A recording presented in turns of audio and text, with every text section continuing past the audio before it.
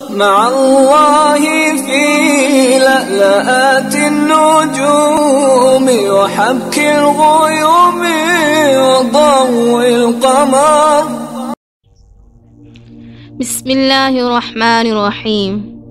سورہ البقرہ آیت نمبر 185 میں ارشاد باری تعالی ہے،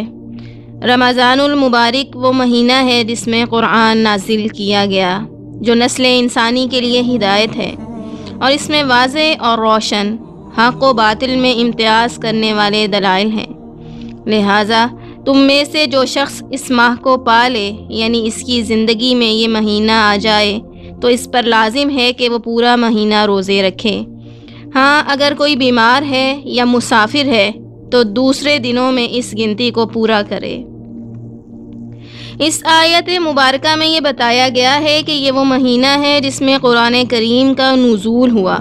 وہ قرآن جو کسی خاص قوم، کسی خاص علاقے یا کسی ملک کے لیے نہیں، بلکہ تمام اولاد آدم کے لیے سرچشمہ ہدایت ہے، اور اس کی ہدایت کی روشنی اتنی کھلی ہے کہ حق اور باطل ایک دوسرے سے ممتاز ہو جاتے ہیں۔ حق اور باطل کے درمیان فرق کرنے کی کسوٹی اگر ہے تو یہی قرآن ہے۔ گزشتہ صحیفے اور تورات، انجیل اور زبور جس بھی پیغمبر پر اترے ایک ساتھ ہی ایک مرتبہ اترے، لیکن قرآن کریم رب العزت نے آسمان دنیا تک تو ایک ہی مرتبہ نازل کیا، اور پھر وقتاً فوقتاً حسب ضرورت اہل زمین کے لیے نازل ہوتا رہا۔ ابن عباس رضی اللہ تعالی عنہ نے بھی نبی کریم صلی اللہ علیہ وسلم سے یہی قول نقل فرمایا ہے۔ رمضان المبارک میں بنی نوع انسان کو جو قرآن کریم کی نزول کی جس نعمت سے نوازا گیا ہے، وہ حقیقتاً اس کائنات کی سب سے بڑی نعمت ہے، یعنی نعمت عظمیٰ ہے۔ اسی لیے فرمایا گیا ہے کہ یہ لوگوں کے لیے ہدایت ہے، اور اس میں واضح روشن دلیلیں ہیں۔ تدبر اور غور و فکر کرنے والا اس سے صحیح راہ پر پہنچ سکتا ہے۔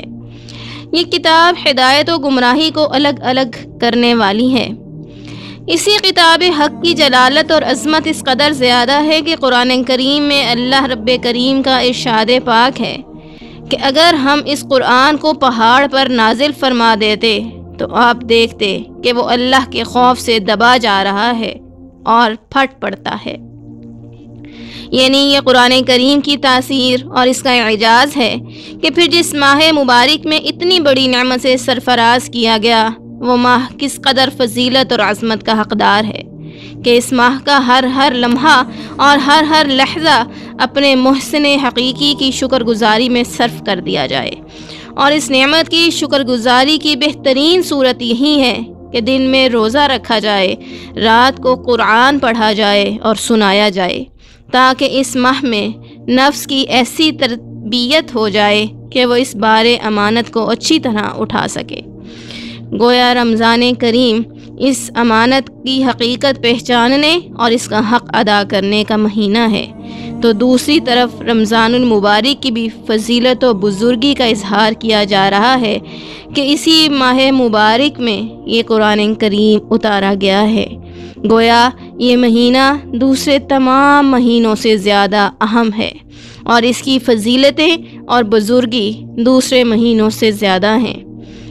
حدیث مبارکہ ہے کہ من صام رمضان ایمانا و احتسابا غفر اللہ ما تقدم من ذنبہ، کہ جس نے ایمان اور احتساب کے ساتھ روزے رکھے، اللہ تعالیٰ اس کے گزشتہ تمام گناہ بخش دیں گے۔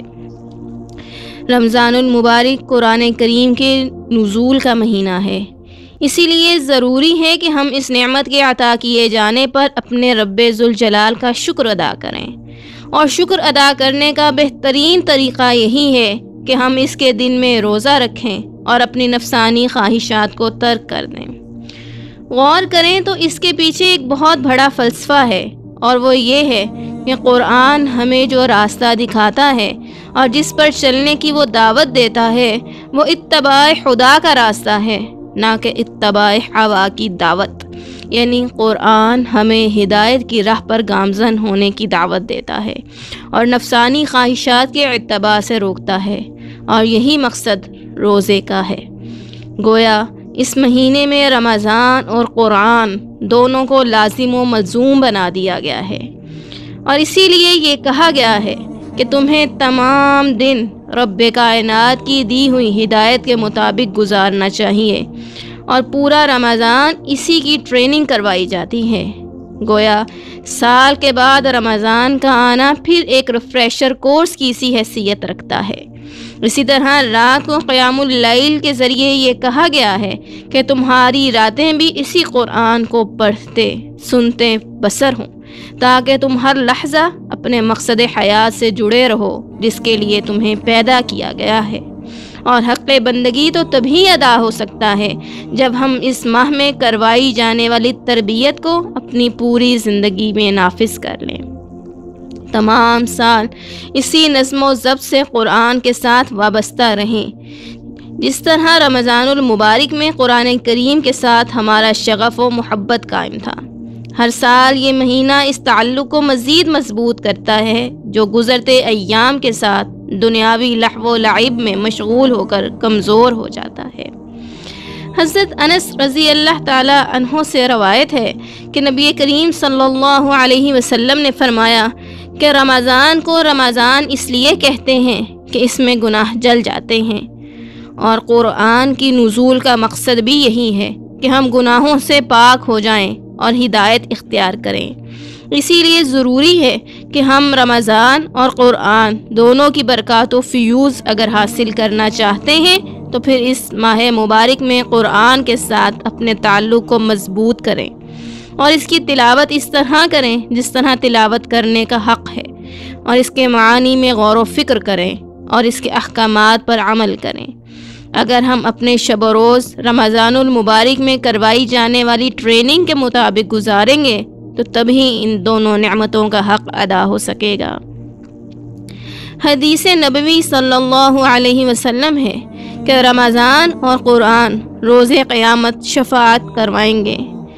لہٰذا اگر ہم ان دونوں سے شفاعت کے حقدار بننا چاہتے ہیں تو لازم ہے کہ ہم اپنا تعلق رمضان اور قرآن دونوں کے ساتھ جوڑیں،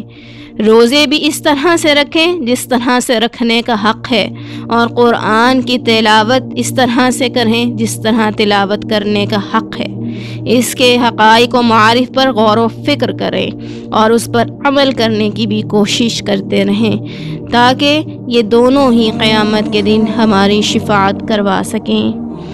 اللہ رب العزت سے دعا ہے کہ وہ ہمیں رمضان المبارک اور قرآن کریم دونوں کا حق ادا کرنے کی توفیق عطا فرمائے،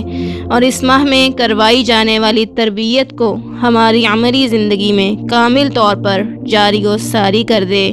کیونکہ روزہ اس قدر اہم عبادت ہے کہ حدیث قدسی ہے کہ روزہ میرے لیے ہے اور اس کی جزا میں خود دوں گا۔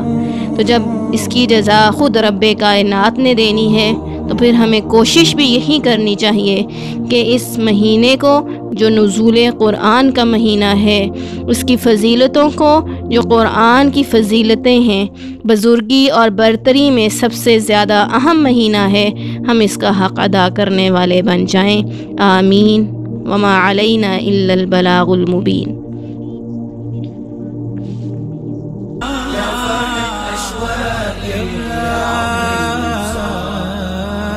يتساءل من كل أيام الصعب